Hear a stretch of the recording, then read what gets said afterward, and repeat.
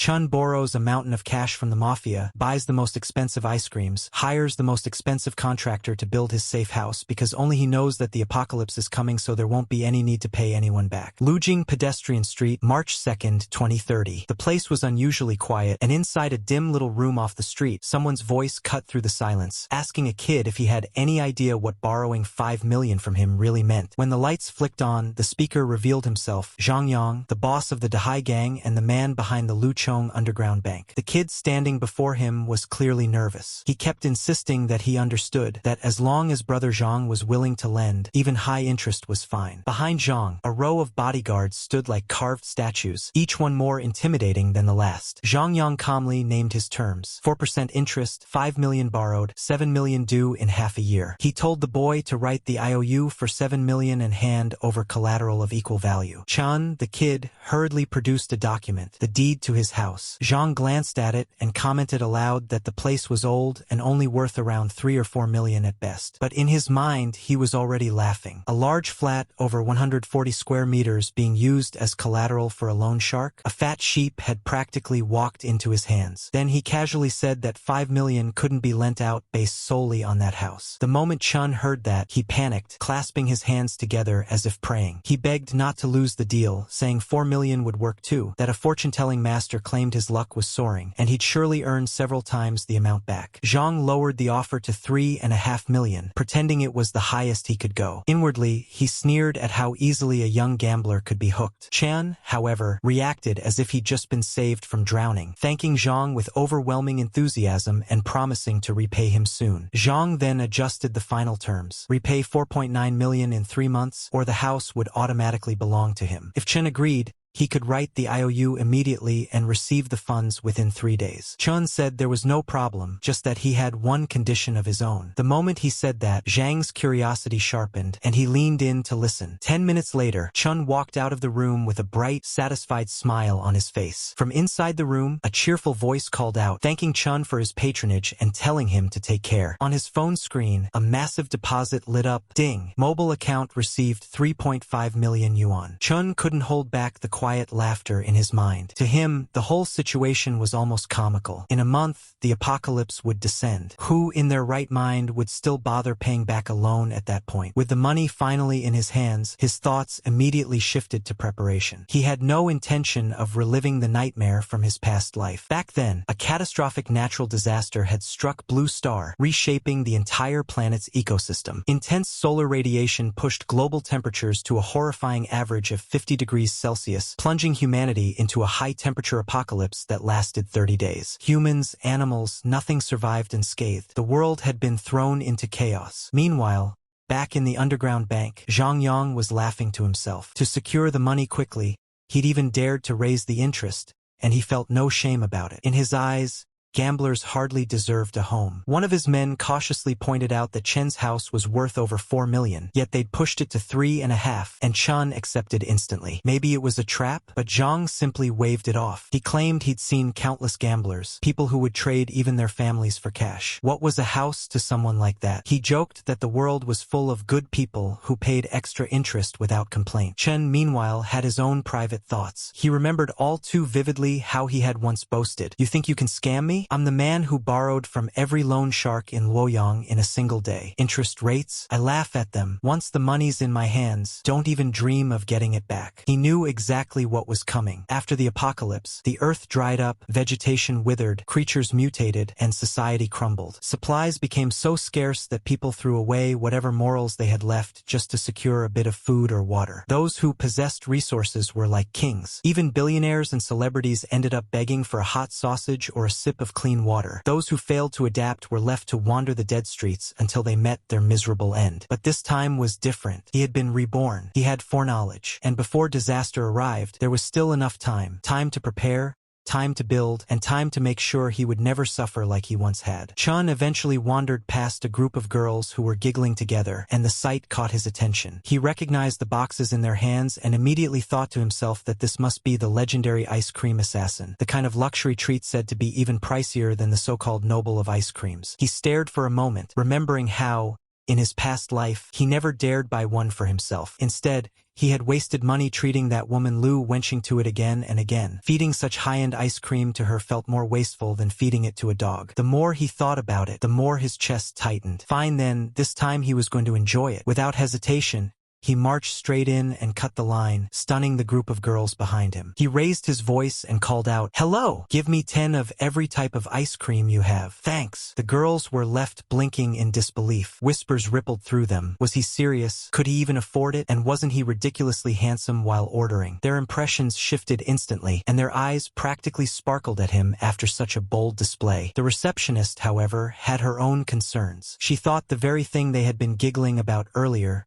this ice cream assassin, wasn't cheap. And this handsome guy didn't look like someone from a wealthy family. She hesitantly asked again if he was serious, reminding him that 10 of each category would exceed 20,000 yuan. Chun simply kept a straight face. One of the girls clicked her tongue and mocked him outright, saying that with those shabby clothes, if he could really afford it, she would kowtow to him right there in public. Chun glanced at her calmly and asked whether she meant those words. She fired back, asking if he seriously expected her to kowtow to him and what level he thought he was to act so pretentious. Chen's smirk only widened. He told her he had tried to give her a way out, but she had insisted on jumping in herself. Now she was definitely kowtowing today. Even Jesus couldn't stop it. He declared that much with confidence. The girl sputtered in frustration, completely thrown off. Chun then turned back to the counter, still wearing that amused smirk, and told the staff to package all the ice cream by portion. He would take everything. He lifted his phone and showed the completed payment transaction. The receptionist nearly froze on the spot. After staring at the screen, she stammered that she needed to call the manager and asked him to wait a moment. The manager hurried out the moment he heard the commotion. Introducing himself as Fei Qi, he politely asked what Mr. Chen needed. Chun glanced around the store and casually told him to calculate the total cost of all the ice cream in the shop, adding that they didn't need to stay open for business today. Manager Fei froze for a second, then quickly checked his tablet. With a respectful bow, he asked Chun to wait a moment. Inside, however, his thoughts were spinning. Who exactly was this young master? With a single sentence, he had practically covered the store's entire monthly turnover. Despite the luxury prices, very few people actually bought these ice creams. Most customers only looked. When the calculations were done, Fei Qi reported that the items currently on display were worth about 70,000 yuan, and counting the inventory and storage, the total value reached around 1 million. Chun only smirked at the number. In his mind, it wasn't expensive at all. If the apocalypse was coming anyway, there was no harm in clearing out their entire inventory. Worst case, he could just stay home and eat ice cream during doomsday. He told Manager Fei he would transfer a deposit of 300,000 yuan first, then instructed him to deliver all the ice cream in storage to the address he provided. Manager Fei promised to handle everything personally. Chun then turned to the group of stunned girls and generously told them to choose whatever ice cream they wanted. The entire shop was on him today. Chaos immediately broke out. The girls squealed, gushed, and practically sparkled with excitement. One shrieked that it was amazing. Another declared that he was insanely rich. Another sighed that the more she looked at him, the more handsome he seemed. But Chun had one more thing to settle. He glanced at the girl who had mocked him earlier and calmly reminded her that the offer didn't apply to her. He was still waiting for her kowtow. The color drained from her face. Embarrassed and flustered, she stammered before finally bending as low as she could, wishing she had never opened her mouth in the first place. When everything was settled, the sun dipped toward the horizon, marking what had turned out to be a rather beautiful day for Chun. He sat on a bench, enjoying one of his newly acquired ice creams. As expected from an assassin, the taste and texture were phenomenal. He then took out a certain item, one that allowed anything stored inside to remain in perfect condition forever. That meant fresh ice cream anytime he wanted. With such a treasure, he thought even celebrities and young models could be summoned with a snap of his fingers. The thought alone made him grin. He hadn't expected it, but even his ability had been reborn with him. In his past life, abilities had only begun awakening one after another after the apocalyptic disaster struck. The fact that his had surfaced early this time was something he couldn't fully explain, but he knew one thing for certain: it would become his greatest trump card from now on. He let out a quiet sigh, thinking about how many tasks still lay ahead of him. Just as he was gathering his thoughts,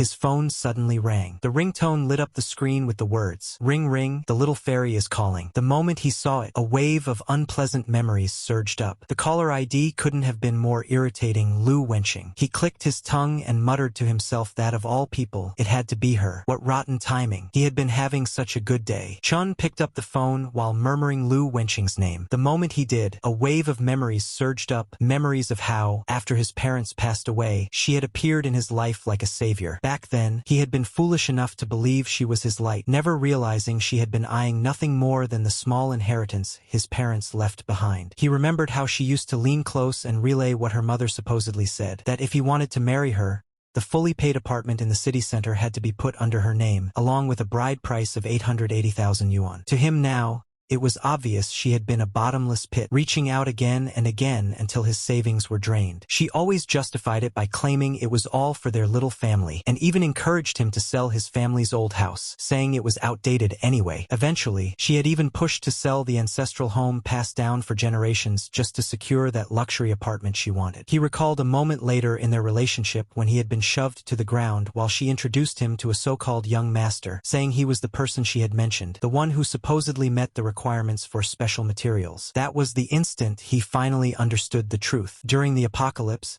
he had done everything he could to protect her, but she had sold him out to a stronger backer without hesitation. The backer had taken one glance at him and commented that there was nothing special about him, wondering aloud if they really needed to bother devouring someone like that. In the end, he hadn't even left behind a complete corpse. Now, with a second chance in hand, Chun simply smirked to himself. Since Lu Wenqing had come looking for him on her own, he felt it was only right to settle the old score. Later, at a high-end hotel, he answered her call with an affectionate tone, asking what was wrong. She explained that she had been out with friends and had accidentally lost a gold necklace she loved, claiming she was heartbroken over it. Chun immediately acted as though buying another was the obvious solution, but she insisted one wouldn't be enough and told him to buy 10 so she could rotate them. He played along, repeating her demand and pretending to agree easily. She asked when he had become so generous, and he replied that he had recently been lucky. He told her he had invested in virtual currency and made a small profit, so it was only natural to spend money on her. Hearing that, she sounded worried, asking if he had fallen for some scam, saying virtual currency seemed strange to her. Chun went on to explain that whether the investment was a scam or not didn't matter. She could simply watch whether he made money in the next round. He claimed that playing small had become boring and that he intended to go big this time by borrowing a substantial principal to invest even more. Since the loan required a witness, he asked her to help out, promising that once it was approved, he would give her 5% of the loan amount as compensation for her trouble. Just as he was speaking, a man's irritated voice sounded in the background, asking why she was taking so long to get ready. Lu immediately hurried to him, calling him honey and saying she would be done soon. Inwardly, however,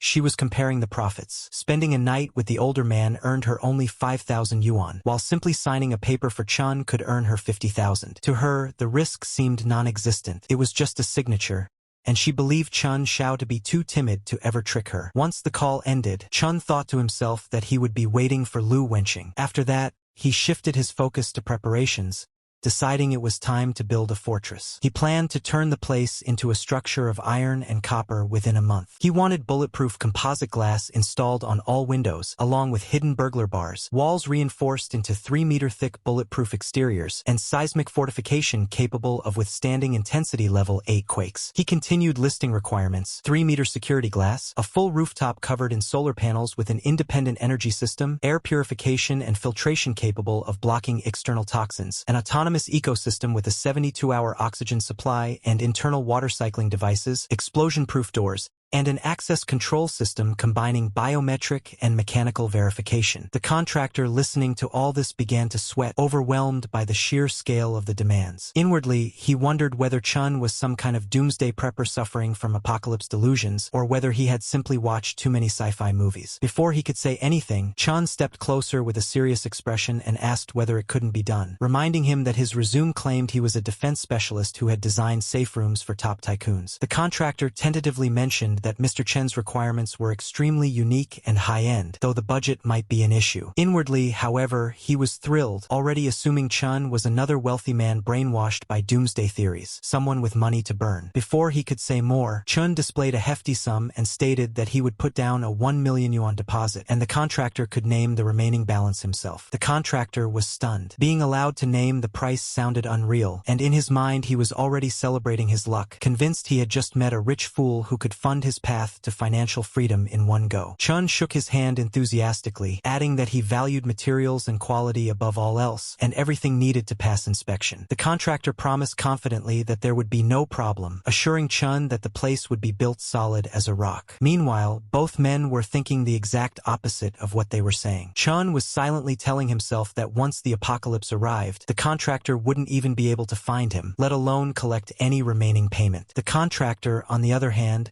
was already planning how thoroughly he was going to overcharge him. Both sides were preparing to rip each other off without the slightest guilt. Later, Chun noted to himself that the fortress construction was settled. The next step was gathering supplies. Medicine, food, and daily necessities would be easy to acquire. The real threat in the apocalypse wasn't nature but the human heart after society collapsed. Cold weapons could be bought at any hardware store, but firearms, those capable of delivering fatal blows, were far more difficult to obtain. He pulled out his phone and began searching for underground channels that dealt in such items. After scrolling for a while, one particular message caught his attention. The seller claimed to have first-hand sources and access to hidden channels, boasting that there was nothing a buyer could imagine that he couldn't procure. He emphasized honest dealings and safety above all else. Chun immediately sent a reply asking how to purchase. The seller responded that he would send the address privately and instructed Chun to arrive that night at 8 p.m. sharp. Later that evening, Chun made his way to the designated location, noting as he walked that the seller had chosen a place bustling with people. He was still considering the implications when a sudden commotion caught his attention. A girl was sprinting desperately through the crowd, with several men shouting after her. One of them barked at her to stop, while another cursed furiously, demanding she halt. The girl, terrified,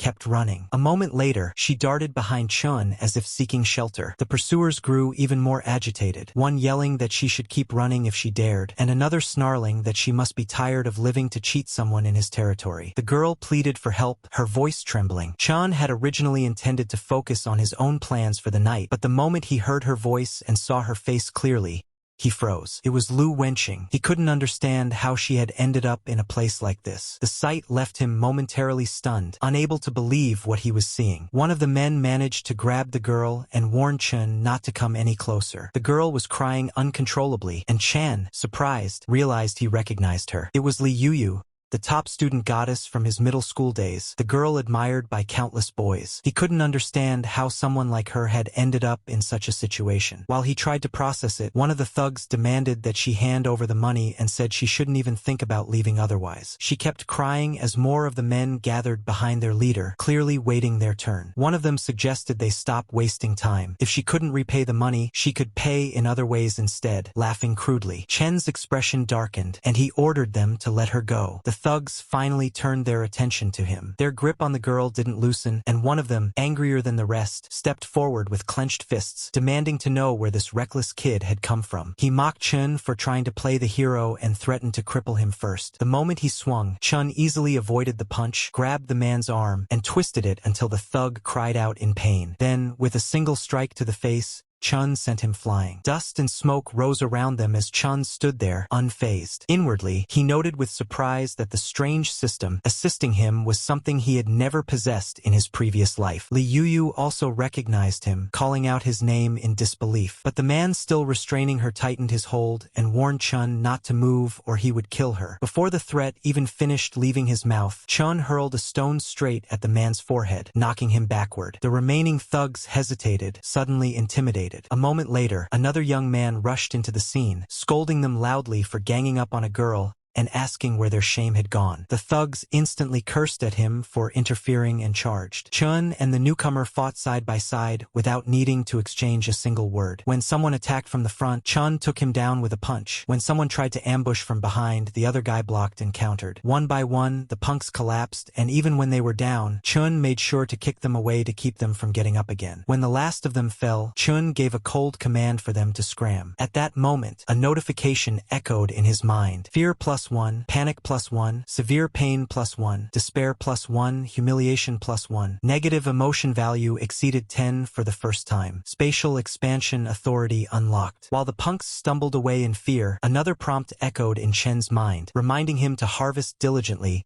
so the ability could grow stronger. Chun found the concept of collecting negative emotions amusing and mentally noted how interesting this new power was. Li Yuyu, still shaken, sat on the ground and thanked him, saying she hadn't expected to meet him there. Chun helped her up gently, asked if she was hurt, and even handed her something to cover herself with. She expressed her gratitude again but said she had urgent matters to take care of and needed to leave quickly.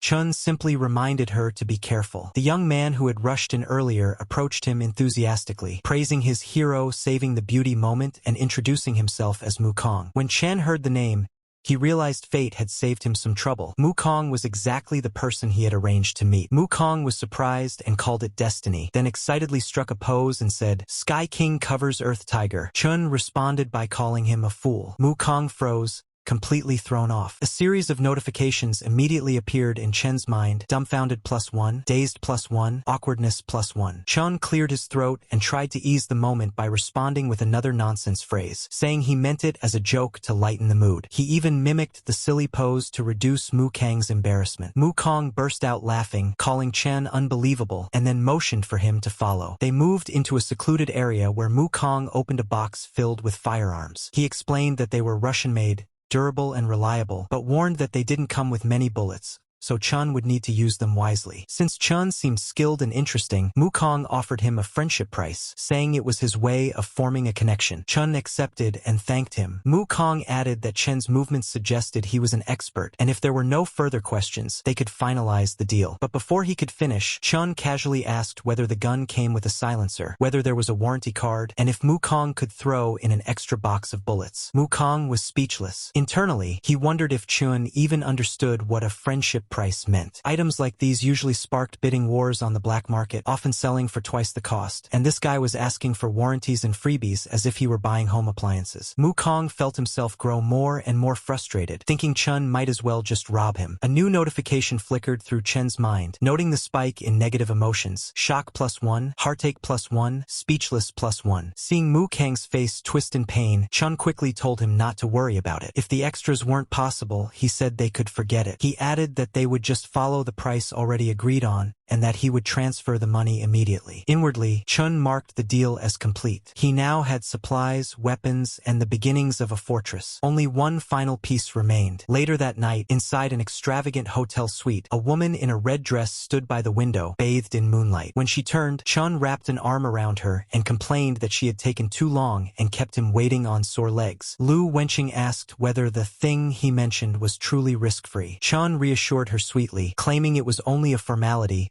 and that he loved her too much to ever scam her. In her mind, however, Lu dismissed any notion of danger. She told herself that this pathetic simp nearly sold his own blood once just to buy her a handbag. He was far too busy worshipping her to dare deceive her. Later, at Boss Zhang's office, Zhang Yang praised her decisiveness and even complimented her handwriting as she signed the contract. She handed the documents back without a second thought. Zhang, on the other hand, was practically smirking inside. He thought she genuinely believed she was only acting as a guarantor, when in truth, the moment she signed, the debt legally became hers. And when she inevitably failed to repay it, he had other methods in mind for collecting, methods he was already imagining with satisfaction. Lu Wenqing continued watching him smugly, unaware of the trap she'd walked into. Meanwhile, Chun silently observed everything, thinking to himself that she was signing her own indenture contract. Her greed, foolishness, and self-confidence would end up paying off the remainder of his safe house's construction costs perfectly. Everything had gone smoother than he expected, and he silently thanked her. A short while later, the contractor proudly showed Chun the completed safe house. He assured Chen that every material used met the highest military standards: heat insulation, soundproofing, explosion-proofing, drill-proofing, even the structural strength to withstand multiple small-scale nuclear shockwaves. Chun acknowledged the quality and thanked him. The contractor laughed heartily and told Chun to call him whenever he needed more work. Finally, inside the finished safe house, Chun took a moment to sit down and relax. Just then, a broadcast echoed from his screen. terrain. Affected by unprecedented super-strong solar flare activity, the entire globe will experience continuous extreme high-temperature weather. The news report continued, warning that temperatures across many regions were expected to break historical records and urging all citizens to take immediate protective measures. Chun listened quietly, then picked up the gun lying beside him. He remarked to himself that the moment had finally arrived. Outside his reinforced walls, the world was beginning to ignite, heat waves surging, flames blooming across cities, and panic spreading everywhere. He walked to the window and watched as the world outside descended into burning chaos. Buildings shimmered in the scorching air, streets twisted under the heat, and flames danced where life had once moved freely. But inside his meticulously fortified safe house, Chun felt calm. The apocalypse he had experienced once before was unfolding again, yet this time he was prepared. Sheltered behind steel walls, filtered air, and stockpiled supplies, he stood watching the world burn, secure and ready for whatever came next. Subscribe and turn on the notifications to not miss the next one.